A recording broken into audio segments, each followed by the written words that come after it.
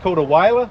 So basically what they used to whale in, but that was for the petty officers. So 16 petty officers would jump in that if we had to abandon ship. And then on the port side on your left here, long since perished, there was a wooden motorboat as well. Any sense?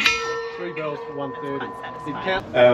These sorts of engines they stopped making in the early 1900s, but for the war they were desperate, so they're very reliable, quite economical, easy to make, and cheap to make. But, and they had the materials, I'm guessing? Yeah, that's it. So, and we already had locomotive plants around the country, so yes, WA Rail made these.